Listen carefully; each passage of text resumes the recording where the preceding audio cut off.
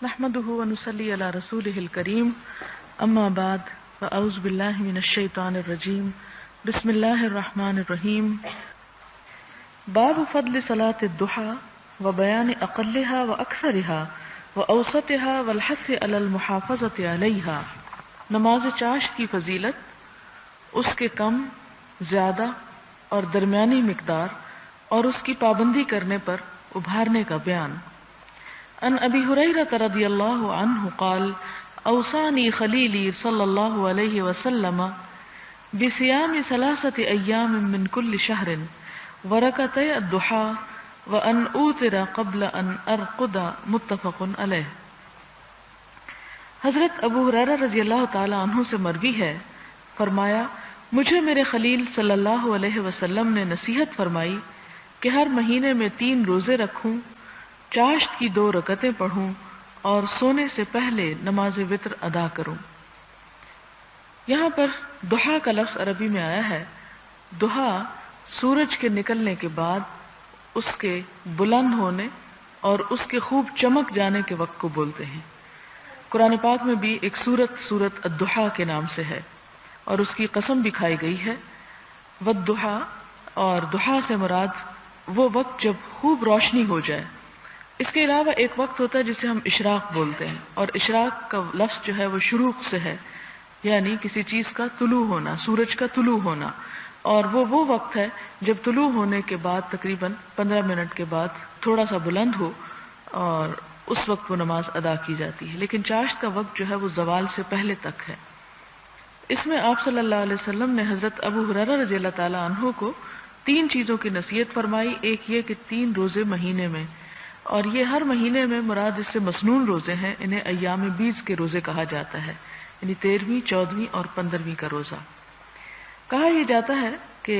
جب چاند اپنے پورے جوبن پر ہوتا ہے، اپنے عروج پر ہوتا ہے، تو اس وقت اس کے اثرات جو ہیں انسانی طبیعتوں پر بھی ہوتے ہیں، اور اب تو یہ ایک سائنٹیفک فیکٹ بن چکا ہے اور سب لوگ اس بات کو جانتے ہیں کہ خاص طور پر آپ نے دیکھا ہوگا کہ سمندر کی لہریں جو ہیں وہ مہینے کی ان 3 راتوں میں زیادہ اونچی ابھر کر آتی ہیں۔ چاند کے اندر بھی پانی ہے، انسانی جسم کے اندر بھی پانی پایا جاتا ہے، تو جب وہ اپنے پورے یعنی فل مون ہوتا ہے، اس وقت اس کی روشنی جو ہے وہ انسان کے اوپر اثر انداز ہوتی ہے۔ اور اس بات کی بھی تحقیق کی گئی کہ مہینے کی کون سی تاریخیں ایسی ہوتی ہیں کہ جب طلاق ریٹ سب سے زیادہ ہوتا ہے، یعنی یہاں تک بھی دیکھا گیا، اور وہ بھی یہی دن سامنے آتے ہیں۔ یعنی اس میں انسان اپنی طبیعت کے اندر ایک جوش، ایک جوبن اور ایک خاص کیفیت پاتا ہے اضطراب یا بے چینی کی، جس کے نتیجے میں انسان کے اوپر اس کے دوسرے احساسات زیادہ غالب ہوتے ہیں۔ تو شاید یہی وجہ تھی کہ خاص طور پر مہینے میں یہ بھی ہو سکتا تھا کہ ایک روزہ شروع میں رکھ لیا جائے، ایک درمیان میں رکھ لیا جائے اور ایک آخر میں رکھ لیا جائے، لیکن آپ صلی اللہ علیہ وسلم نے ان 3 دنوں کے روزے رکھنے کو زیادہ پسندیدہ قرار دیا۔ اگرچہ نفل روزہ کسی وقت بھی رکھا جا سکتا ہے، جیسا کہ آپ صلی اللہ علیہ وسلم سوموار اور جمعرات کے روزے کو پسند کیا کرتے تھے، لیکن خاص طور پر جس کے بارے میں یہاں کہا گیا کہ میں ان چیزوں کو پابندی سے ادا کروں، اگرچہ یہ فرض نہیں ہے، اور وہ 3 روزے جو لگاتار 13ویں، 14ویں اور 15ویں کا ہے، اور چاشت کی 2 رکعتیں، جس سے یہ پتہ چلتا ہے کہ کم از کم 2 رکعت نماز ادا کرنی چاہیے، اور سونے سے پہلے وتر ادا کروں، یعنی اس سے یہ پتہ چلتا ہے کہ وتر ادا کرنے کا ایک وقت عشاء کی نماز کے ساتھ ہی ہے۔ اس کے بعد ہے کہ سونے سے پہلے وتر پڑھنا اس شخص کے لیے مستحب ہے جسے رات کے آخری حصے میں بیدار ہونے کا یقین نہ ہو۔ یہ تفسیر جو ہے امام نووی خود کر رہے ہیں، آپ صلی اللہ علیہ وسلم کے الفاظ نہیں۔ اور اگر یقین ہو تو رات کے آخری حصے میں وتر پڑھنا زیادہ اچھا ہے، یعنی افضل وقت اس کا تہجد کے ساتھ ہے، لیکن اگر کوئی شخص تہجد کے لیے نہ اٹھتا ہو تو وہ رات کے ابتدائی حصے میں وتر پڑھ سکتا ہے۔ اگلی حدیث حضرت ابو ذر رضی اللہ تعالی عنہ سے مروی ہے کہ حضور صلی اللہ علیہ وسلم نے فرمایا،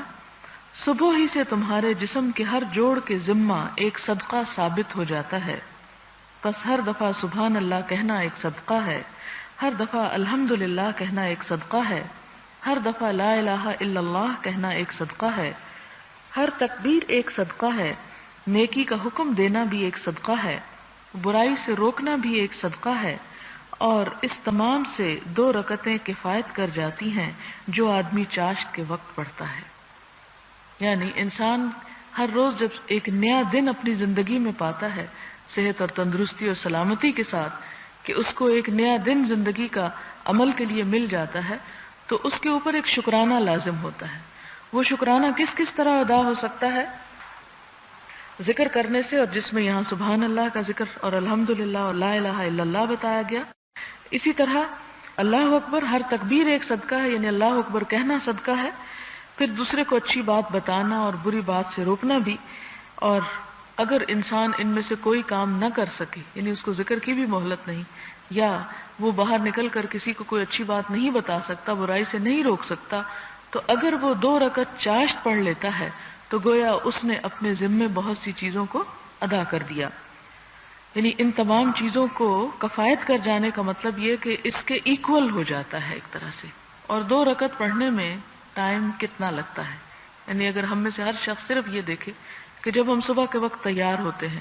اس تیاری میں اگر انسان صرف چہرہ دھونے کی بجائے یا صرف ہاتھ پاؤں دھونے کی بجائے اگر پراپر وضو کر لے، اور وضو کرنے کے ساتھ جب انسان کپڑے بھی تبدیل کر رہا ہے، تو باہر جانے کے لیے بھی ہم اتنی دیر لگاتے ہیں تیار ہونے کو، تو 2 رکعتیں زیادہ سے زیادہ بھی اگر ہم سے ٹائم لے تو 5 منٹ ہے، 5 منٹ سے زیادہ نہیں لیتی، لیکن وہ اس دن کا ایک طرح سے شکرانہ ادا ہو جاتا ہے۔ اور اللہ تعالیٰ کا یہ وعدہ ہے لَإِن شَكَرْتُمْ لَأَزِيدَنَّكُمْ، اگر تم اپنی نعمتوں پر شکر ادا کرو گے تو میں تمہیں اور عطا کروں گا۔ پھر اس کے بعد حضرت عائشہ کی روایت ہے، فرمایا حضور صلی اللہ علیہ وسلم چاشت کی 4 رکعتیں پڑھتے تھے اور اس میں جو چاہتے اضافہ فرما لیتے۔ یعنی اس پہلی حدیث سے 2 رکعتیں، یہ کنٹرڈکشن نہیں، یعنی یہ مختلف، چونکہ نفل نماز ہے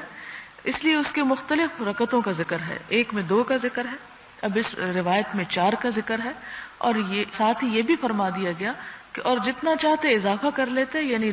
4 بھی آخری چیز نہیں، 6 بھی ہو سکتا ہے، 8 بھی ہو سکتا ہے، 10 بھی ہو سکتا ہے، 12 تک بھی جا سکتا ہے، کیونکہ یہ نفل ہے اور نفل ہر ایک انسان کی اپنی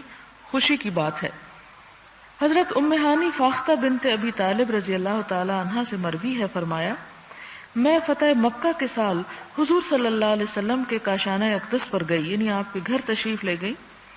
میں نے آپ کو غسل کرتے ہوئے پایا، یعنی جب پتہ کیا ہوگا تو آپ اس وقت نہا رہے تھے۔ جب آپ غسل سے فارغ ہوئے تو آپ نے 8 رکعتیں پڑھی اور یہ چاشت کی نماز تھی۔ یعنی یہاں سے ہمیں تعداد کیا پتہ چل رہی، 2 بھی، 4 بھی اور 8 بھی، اور یہ مسلم کی ایک روایت کی عبارت کا اختصار ہے۔ اور آپ دیکھیں کہ 8 خاص طور پر کیوں پڑھی، کہ اس دن مکہ فتح ہو رہا تھا، اللہ تعالیٰ نے ایک بہت بڑی نعمت عطا کی اور ایک بہت بڑی خوشی کا موقع تھا، اور جتنی بڑی خوشی اللہ تعالیٰ دے اتنا ہی بڑا شکر جو ہے انسان پہ لازم ہو جاتا ہے، اس لیے اس روز آپ نے رکعتوں کی تعداد میں بھی اضافہ فرمایا۔ باب تجوز صلاة الضحى من ارتفاع الشمس الى زوالها والافضل ان تصلى عند اشتداد الحر وارتفاع الضحى۔ ارتفاع آفتاب سے لے کر، یعنی سورج کے بلند ہونے سے لے کر زوال آفتاب تک، یعنی ظہر کی نماز سے پہلے جب سورج کا زوال ہوتا ہے اس سے پہلے تک نماز چاشت پڑھنے کے جواز، اور خوب گرمی کی